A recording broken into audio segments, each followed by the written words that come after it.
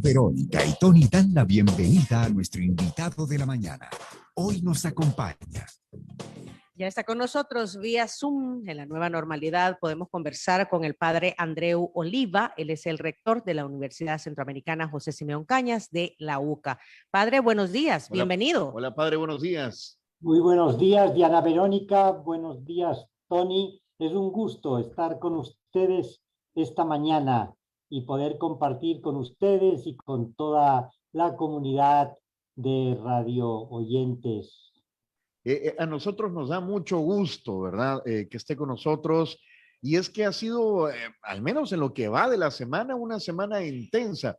Recibieron ustedes en la UCA a la administradora de la Agencia de los Estados Unidos para el Desarrollo Internacional, USAID, Samantha Power. Eso fue el lunes. El lunes. Padre.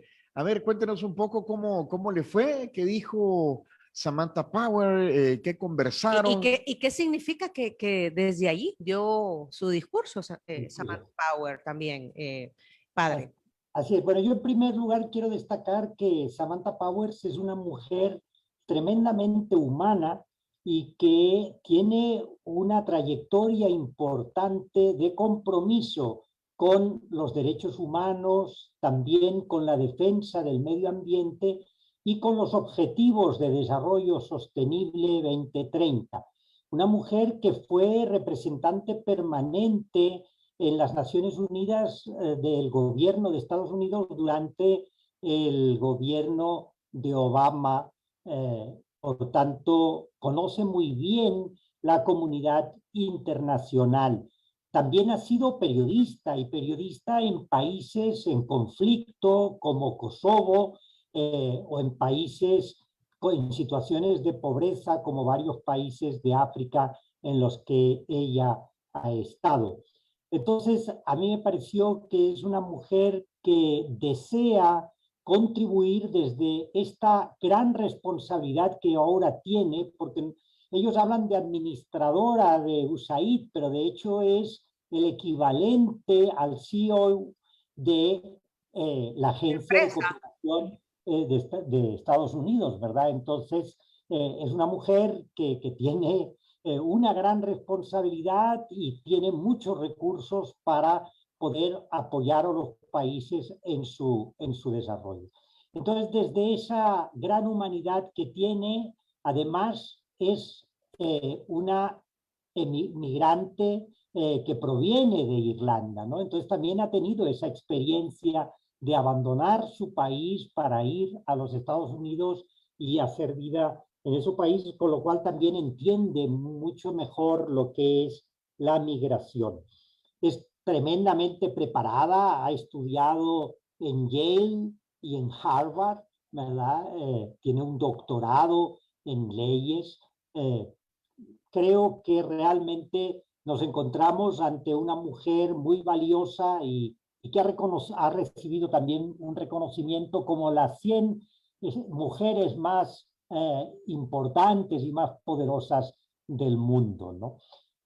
Ella quiso en primer lugar pues tener una ofrenda floral ante los restos de los padres jesuitas asesinados aquí en el campus de la UCA, y también quiso recordar a Manuel Escalante, recientemente fallecido por la enfermedad del COVID, pero que como subdirector del IDUCA tuvo un gran compromiso en la defensa de los derechos humanos, en el apoyo a las víctimas. Yo creo que esa fue su entrada a la universidad, y ella manifestó el respeto que sentía hacia la UCA, hacia el trabajo que la UCA viene realizando desde hace muchos años en defensa de los derechos humanos, en promoción de la justicia social y de buscar una vida digna para la población salvadoreña desde el ámbito académico. Ok, en ese marco usted decía, bueno, cómo inicia, ¿verdad? Samantha Power en la UCA. Y en ese marco también hay un discurso, ¿verdad? Hay apreciaciones, hay conversatorios, padre, y hay que tomar en cuenta, ¿verdad? Que en las últimas semanas USAID tomó la decisión de que la ayuda que llega a El Salvador se llegue a través de diferentes instituciones de la sociedad civil. No sé si la UCA es beneficiaria o no, o financian alguno de los proyectos que se encuentra apoyando USAID, padre, y si se refirió al respecto la administradora de USAID. Bueno, no hizo mucho énfasis sobre este punto. Ella más bien hizo énfasis en el apoyo que Estados Unidos está dispuesto a dar a los países de Guatemala, El Salvador y Honduras. Un apoyo que ella confirmó que se trataba de 4.000 millones de dólares para estos tres países en estos 4 años de la administración Biden, y que ciertamente ellos querían que este apoyo financiero fuera lo más efectivo posible y encaminado a resolver los problemas que tienen nuestros países y que provocan que tantas personas tengan que emigrar y no puedan hacer sus proyectos de vida en sus países de origen. Reconoció, creo, que la ayuda de la cooperación internacional es solo una ayuda, pero que quienes tienen que hacer el trabajo, quienes tenemos que buscar cómo pues, lograr que nuestros países avancen, somos los salvadoreños y las salvadoreñas.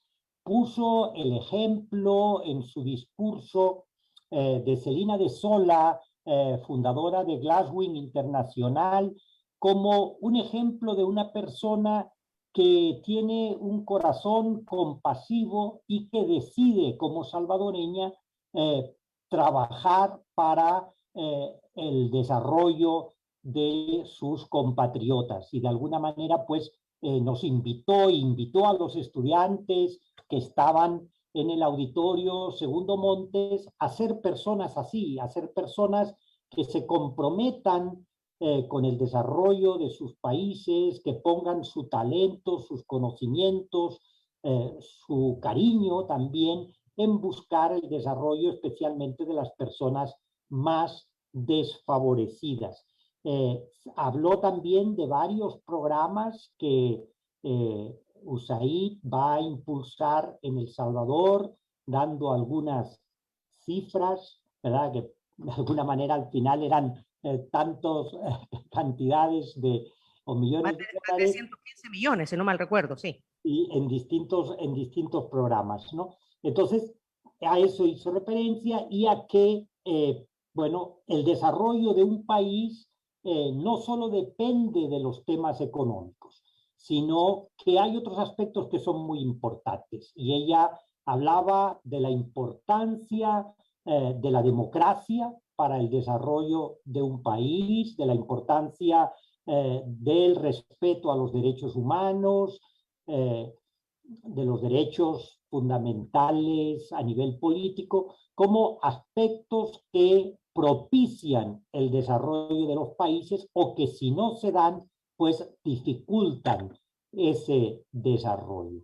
Y desde esa perspectiva también pues hizo una invitación a que las personas que estábamos ahí y todos los que lo escucharon, porque estuvieron muchos medios de comunicación social presentes durante su discurso, pues invitar a que los salvadoreños tomáramos la responsabilidad de impulsar el desarrollo en nuestro país, porque decía, bueno, al final del día la cooperación internacional puede ser temporal, ¿verdad? Y quienes están y conocen, pero quienes van a seguir permaneciendo en el país, pues son los propios ciudadanos y ciudadanas salvadoreños.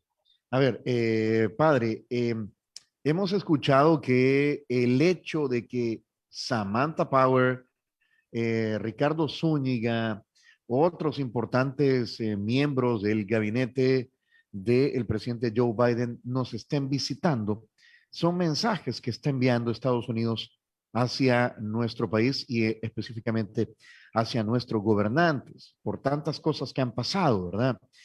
Y creo que en términos diplomáticos, pues Estados Unidos está diciendo muchas cosas, está tirando rosas, como escuché hace poco una frase, ¿verdad?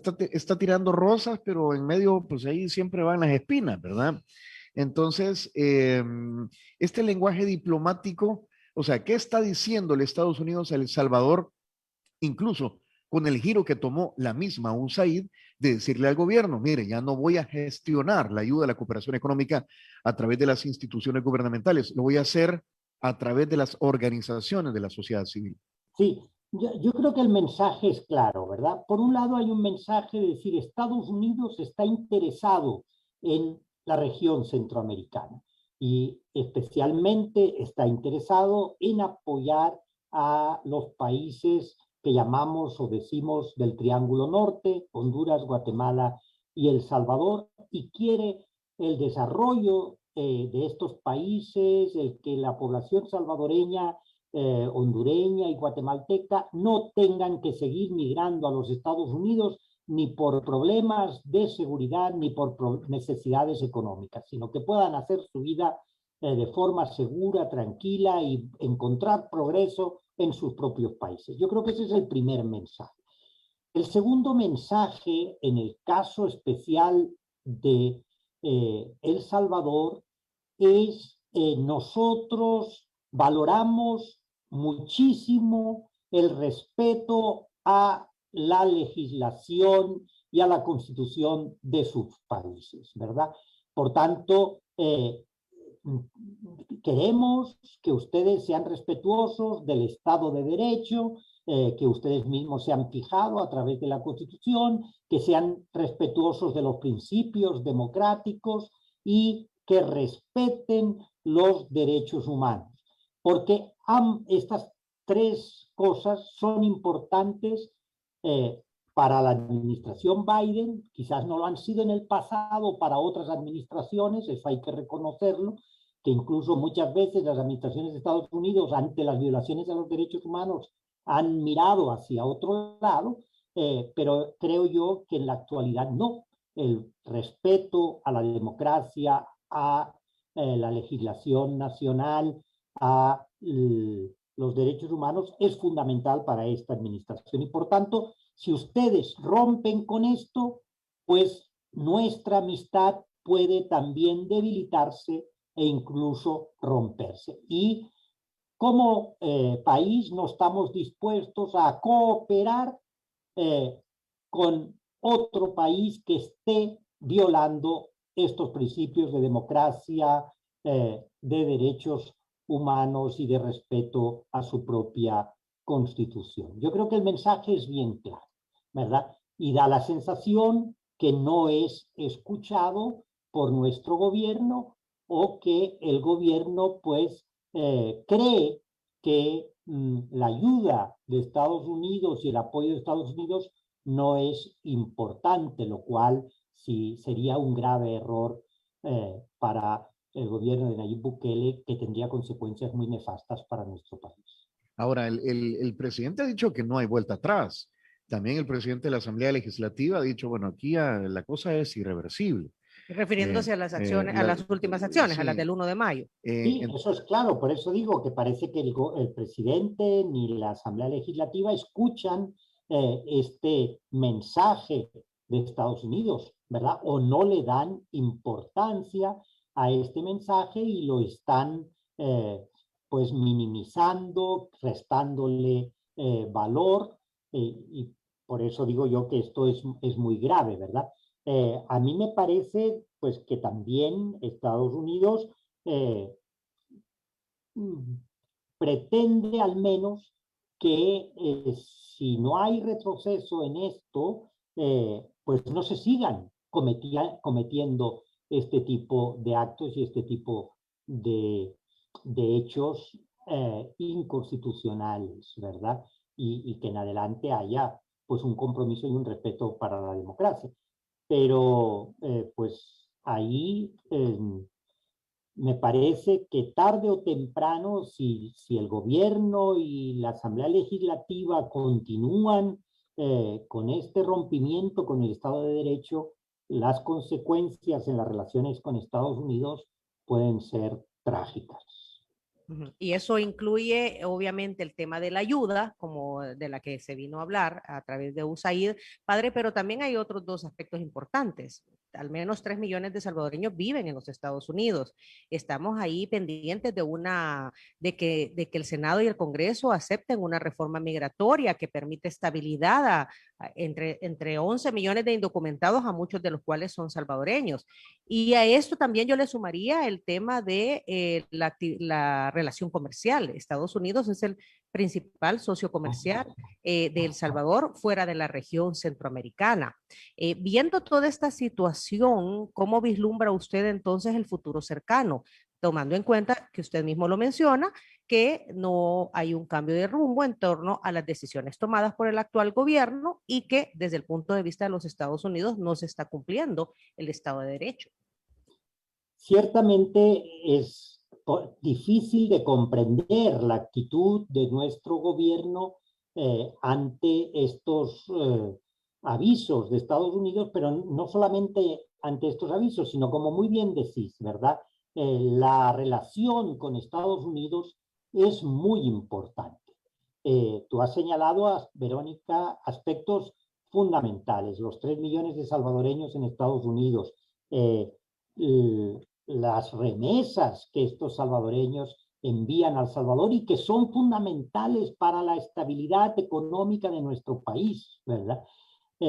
Por otro lado, pues es el país con el que tenemos una relación comercial mayor, pero también es el país en que puede invertir más en El Salvador con la inversión directa, que es lo que también El Salvador necesita para la generación de empleos. Estados Unidos, por otro lado, está presente en la comunidad internacional, ¿verdad? Y tiene su voto un peso muy importante en decisiones en la comunidad internacional.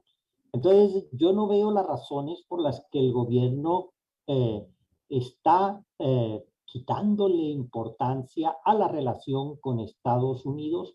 Y como digo, me parece que es un error grave que puede tener consecuencias graves para el país y que a la larga es como dispararse a los pies, ¿verdad?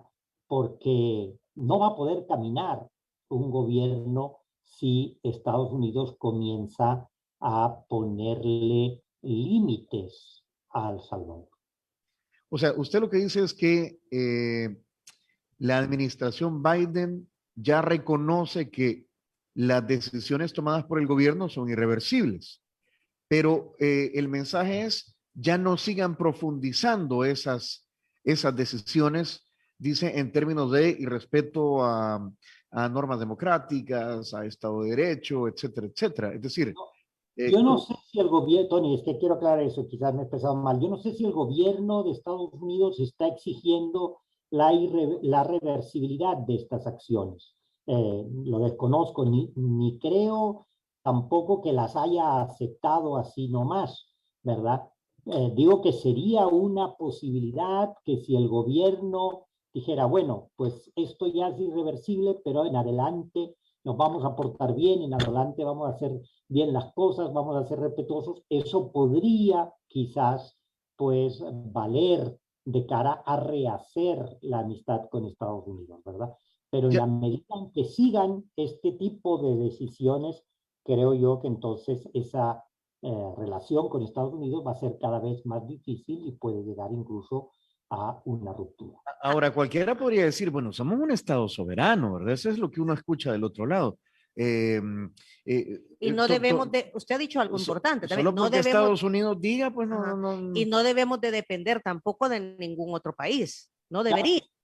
Somos un Estado soberano, pero los otros estados también son soberanos. Entonces, Estados Unidos no puede decidir, yo ayudo a aquellos que se comporten de acuerdo a unos principios, a los principios democráticos, a los principios de respeto a los derechos humanos, a los principios de justicia social, etcétera, ¿verdad?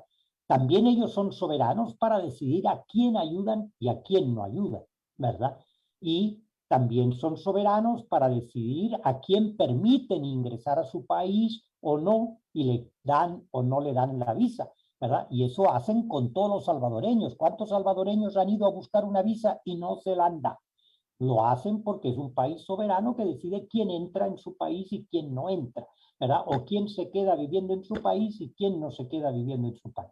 Y eso quiere ser lo más preocupante, padre, perdón, porque hemos hablado como de la ayuda a Estados Unidos, El Salvador, pero yo creo que es más preocupante la cantidad de salvadoreños que viven, se han desarrollado en Estados Unidos, que están esperando una reforma migratoria integral que les permita tener estabilidad y que debido a estas relaciones no tan buenas El Salvador-Estados Unidos puedan terminar afectados.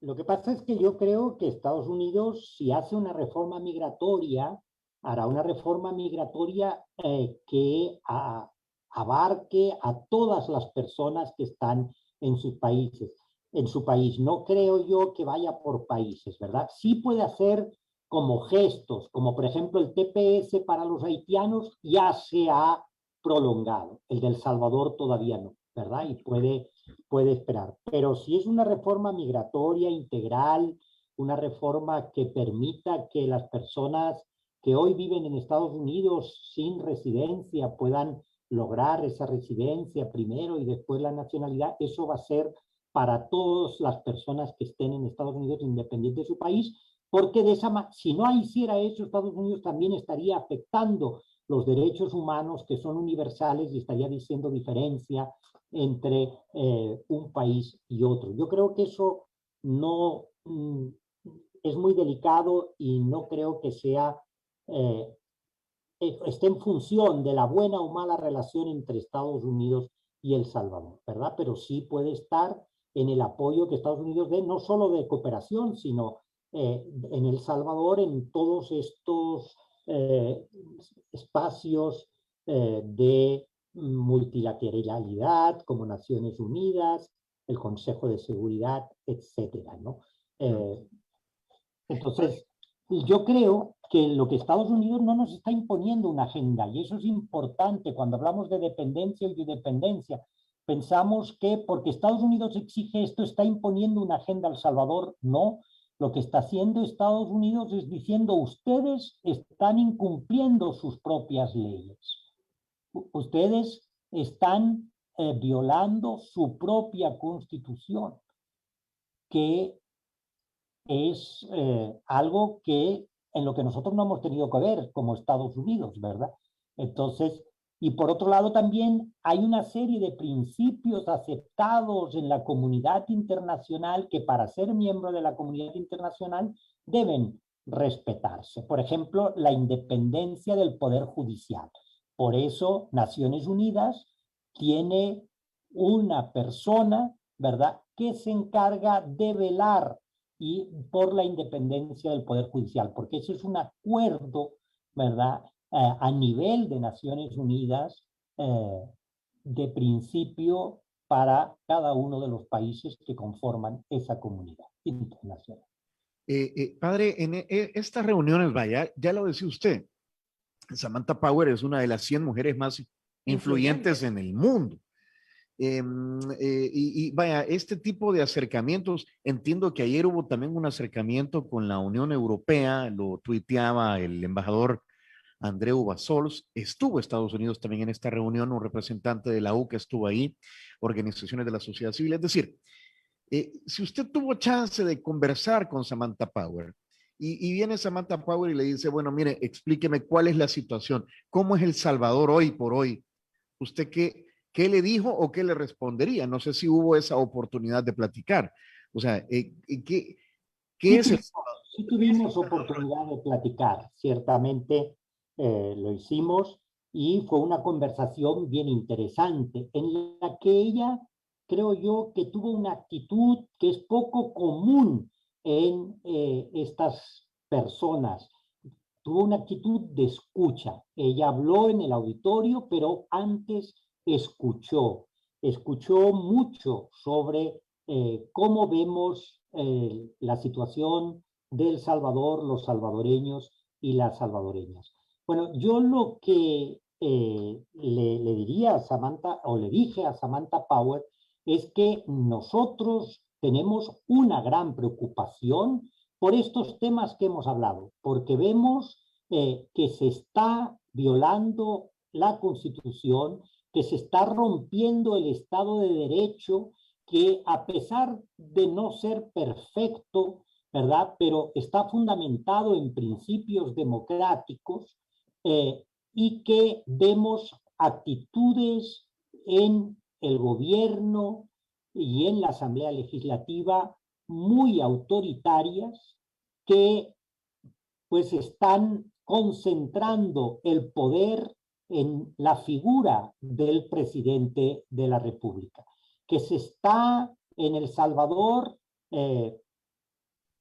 pues haciendo a un lado el pensamiento de las minorías, se está afectando la libertad de expresión, la libertad de prensa, se están violando los derechos humanos y especialmente los derechos de las personas privadas de libertad, un tema que poco preocupa a la sociedad, pero la Universidad Centroamericana, por nuestra concepción cristiana, realmente nos preocupa mucho lo que está pasando en los centros penales y lo que están viviendo las personas privadas de libertad y sus familias, que se están violando también, pues, o mejor dicho, se está afectando el prestigio de muchas instituciones porque el presidente, pues, en cadenas nacionales, como lo hemos visto, pues señala a instituciones y a personas como personas que no les son gratas, a las que acusa muchas veces sin fundamento, simplemente por ser personas e instituciones que señalan los errores que está cometiendo nuestro gobierno actual. Y que esto nos preocupa porque vemos que significa un retroceso en el proceso democrático que llevamos. Por otro lado, también le dije que Estados Unidos, a lo largo de su historia y de su relación con El Salvador, tiene responsabilidad en no haber exigido a las élites económicas y gobernantes trabajar más por la justicia social, hacer de este país un país con igualdad de oportunidades, algo que deberían haber hecho los que han gobernado nuestro país a lo largo de su historia, sino que han permitido que se fuera construyendo un país inequitativo, desigual, en la que mucha gente vive en la pobreza y no tiene otra oportunidad muchas veces que emigrar a los Estados Unidos. Y esta responsabilidad que tiene Estados Unidos de haber permitido esto en el pasado, de haberlo apoyado incluso con el apoyo militar, por ejemplo, pues hace que Estados Unidos tenga una responsabilidad en esto y que también tiene ahora el deber de ayudar a El Salvador a mejorar sus condiciones de vida. O sea, básicamente, rector, usted le dijo, ustedes permitieron cosas malas o negativas en el pasado, ¿verdad? Tienen parte de la responsabilidad de lo que ahora somos. Y entonces le dijo, bueno, no lo vayan a permitir ahorita. ¿Podríamos interpretarlo de esa manera? O hay que hacer este es el momento de hacer las correcciones necesarias. No la vayan Exactamente. No lo vayan a permitir ahorita y tampoco pueden desentenderse de este problema y seguir exigiendo en el país pues un cambio en el país para que se pueda tener desarrollo para todos los salvadoreños y todas las salvadoreñas. Porque a ellos lo que más les preocupa, y eso hay que tenerlo claro, es la migración. O sea, la preocupación de Estados Unidos, de los gobiernos de Estados Unidos, es que no siga esta migración especialmente fuerte de Centroamérica hacia Estados Unidos. Ellos quieren parar eso. porque para la población estadounidense hay como ya se ha llegado al límite de la capacidad de aceptar a más migrantes y eso les lleva a perder el apoyo de la población. Entonces esa es su preocupación y por eso, pues, para evitar la migración, tienen que colaborar en el desarrollo de nuestros países, en el desarrollo de la gente. Y también le dije, la ayuda que ustedes dan, tienen que asegurarse que sea una ayuda que llegue a la gente y que genere desarrollo en la población, que no se pierda en los despachos, ¿verdad? O en los salarios de especialistas y a lo que le llegue a la gente sea nada. A ver, En estudios, en estudios de diagnóstico factibilidad, de factibilidad. millonarios, Ajá. ¿verdad? Que los hay miles. Padre, Así. Estados Unidos en los últimos días ha estado diciendo, nosotros queremos seguir ayudando, pero necesitamos que esa ayuda, como usted lo acaba de recalcar, llegue a donde se necesita para que en realidad se generen los cambios. Y dicen ellos, lo han afirmado en los últimos días, los cambios no se generan porque hay una alta corrupción, ¿verdad? Dicen, hemos enviado ayuda, pero la corrupción ha sido tan alta que entonces no se generan los cambios. Partiendo de eso, padre, que usted también lo acaba de confirmar, ¿cuál es la visión de USAID entonces para que esa ayuda continúe llegando al país, pero cómo cerciorarse de que esos cambios, de que esa ayuda llegue y se generen los cambios? Que impacte. Que impacte, porque USAID también durante todos estos años, padre, ha dado ayuda y entenderíamos hasta lo que yo tengo conocimiento que ellos acompañan en la utilización de esa ayuda. Entonces, ¿cómo permitir que siga habiendo una corrupción tan alta con estas ayudas?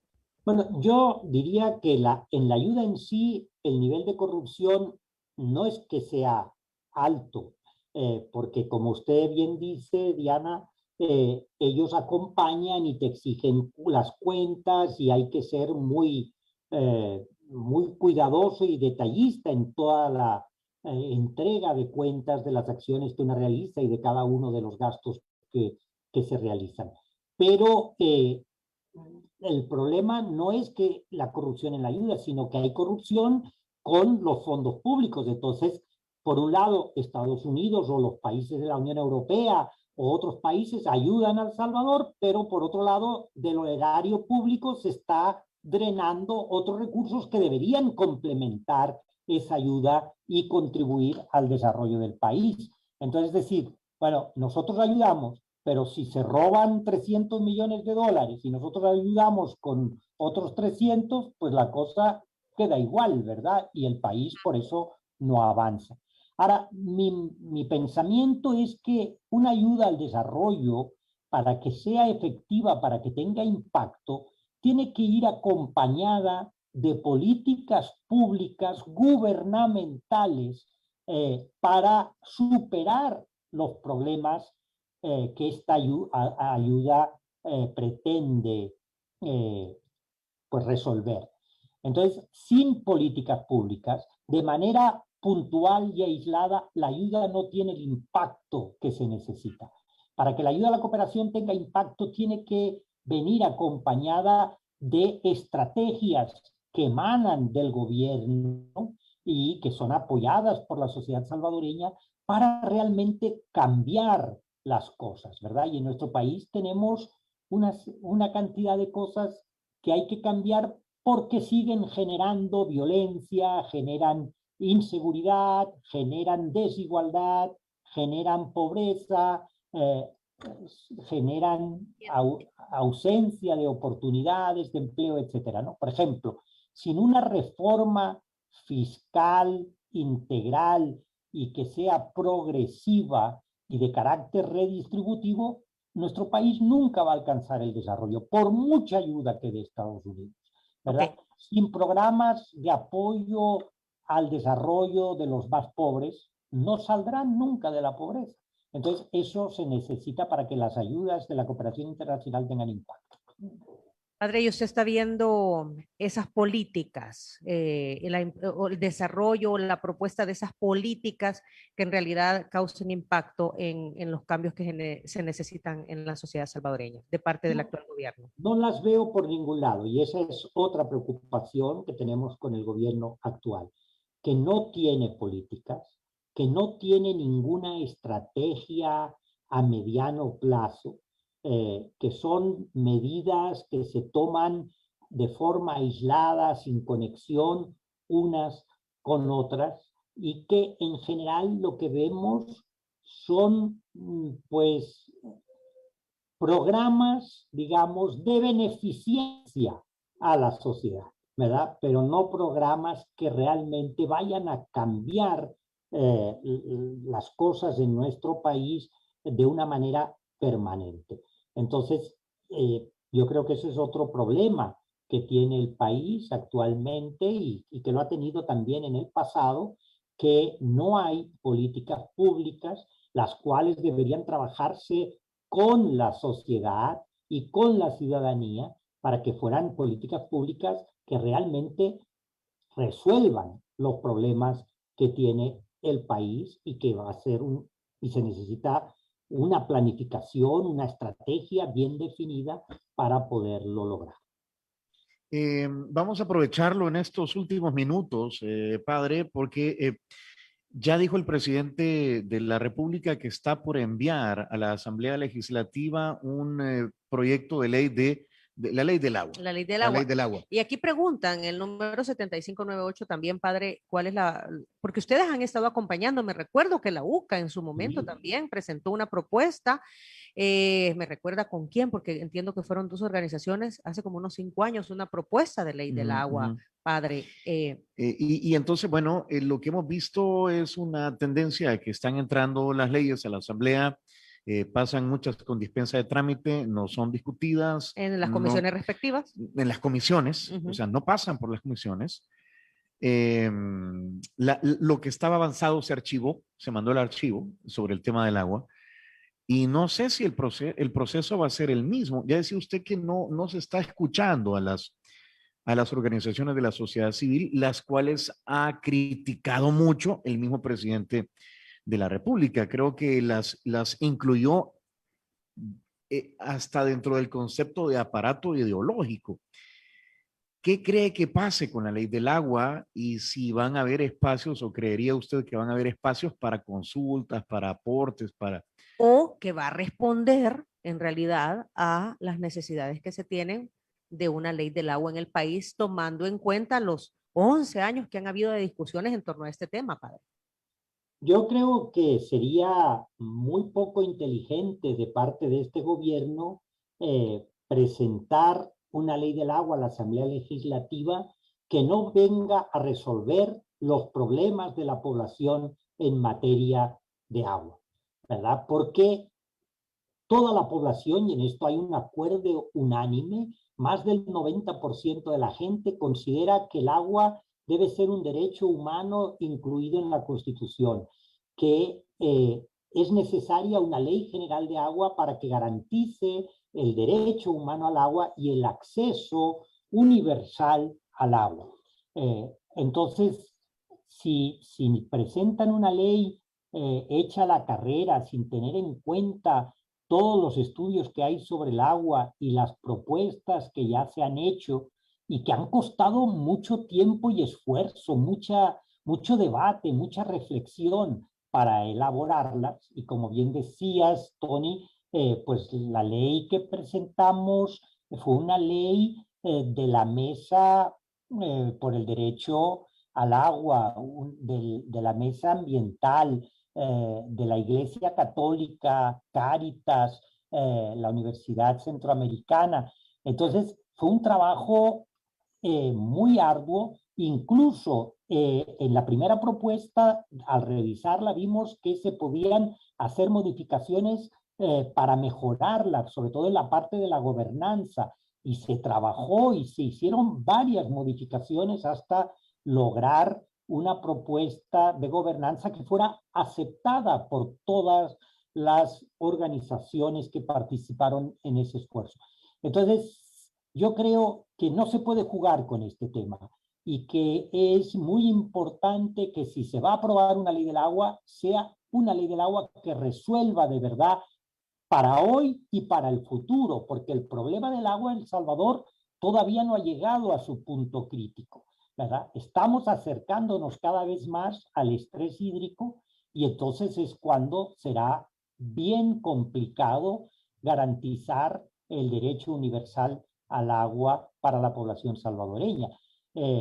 Es por tanto muy, muy delicado el tema y ojalá tuvieran el acierto y la inteligencia de revisar las leyes que se han presentado anteriormente a la Asamblea Legislativa por parte de la sociedad civil, de esa sociedad civil que no quiere la privatización del agua bajo ningún concepto, ¿verdad?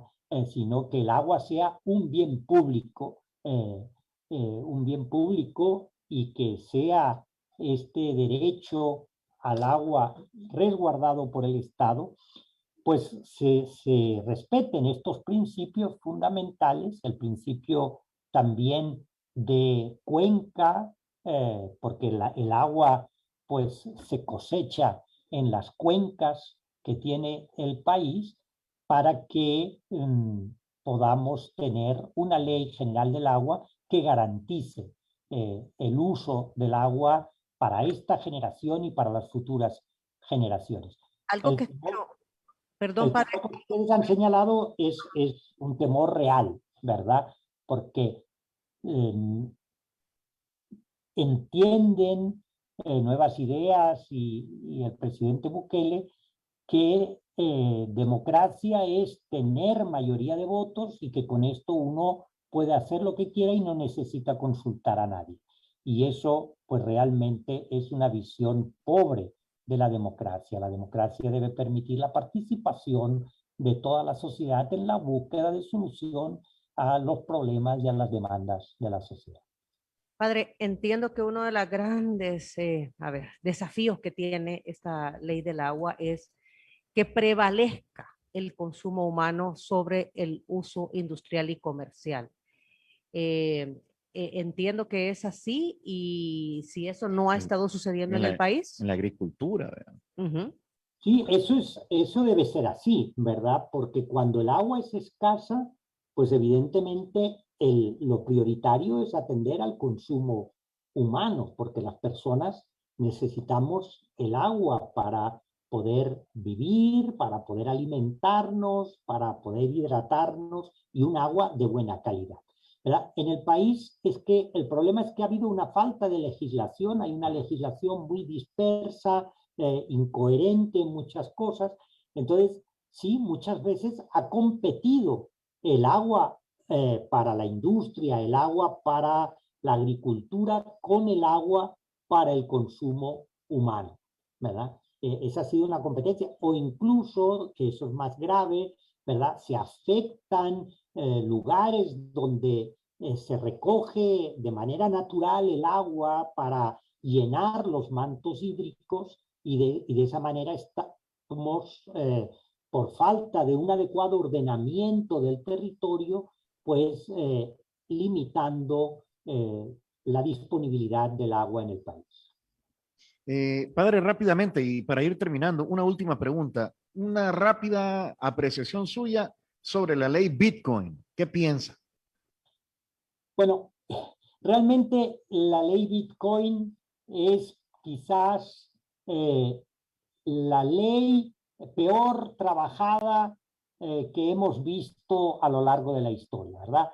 En algo tan importante como es declarar de curso legal una moneda digital en el país, se hace la ley más sencilla y más general que hemos visto nunca, ¿verdad? Por otro lado, esta ley de alguna manera traiciona los principios de esta moneda digital, el Bitcoin, porque esta moneda se creó para que no fuera regulada precisamente, ¿verdad? Entonces, en la ley, y para que fuera de uso libre, en la ley se nos obliga a recibir bitcoins si alguien quiere pagar con bitcoins, lo cual atenta contra ese principio bajo el que fue creada esta moneda. Pero, por otro lado, creo yo que esta decisión de hacer el bitcoin de curso legal en El Salvador no tiene tampoco ni pies ni cabeza. Porque yo no sé si la gente es consciente que un bitcoin puede valer alrededor de $30,000, ¿verdad? Y que $30 es una milésima de bitcoin. Entonces, trabajar con decimales de 3, 4 o 5 cifras, ¿verdad? Eso me parece que está fuera del alcance de la mayoría de la población. Y el Bitcoin es una moneda pensada para inversionistas, para grandes transacciones económicas, no para el uso común y cotidiano en un país, ¿verdad? O sea, si yo gano $300, lo que me van a dar son 3 centavos de Bitcoin. 3 centavos de Bitcoin, esto es lo que me van a dar. Y ahora el ministro de Trabajo, creo yo que sin ninguna inteligencia, está hablando de que están viendo si se puede pagar con Bitcoin. Entonces nos van a pagar 3 centavos de Bitcoin a la gente que gana un salario mínimo en El Salvador. Él quiso, entiendo, el ministro quiso matizar un poco esas declaraciones o acomodarlas. Además dijo, solo se está estudiando, ¿no? Sí, es muy prematuro, Ajá. dijo, para pero tomar bueno, esa decisión. Exacto, pero que se estaba, que de repente estaban viendo la posibilidad. Ahora, lo que pasa es que es una realidad allá en el Zonte y en el Tunco.